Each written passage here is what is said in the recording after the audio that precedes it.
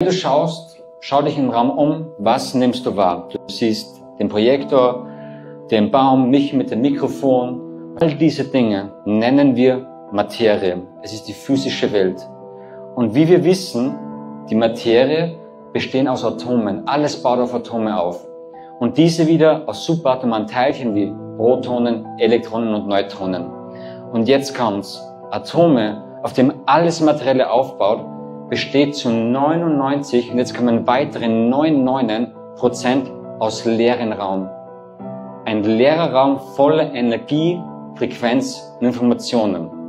Das ist jetzt ein großer Gedankensprung, aber anders formuliert, du mit deinem Leben, einschließlich deines Körpers, sind rein 0,00001 nur physische Materie. Das heißt, wir sind viel mehr energetische Wesen als materiell.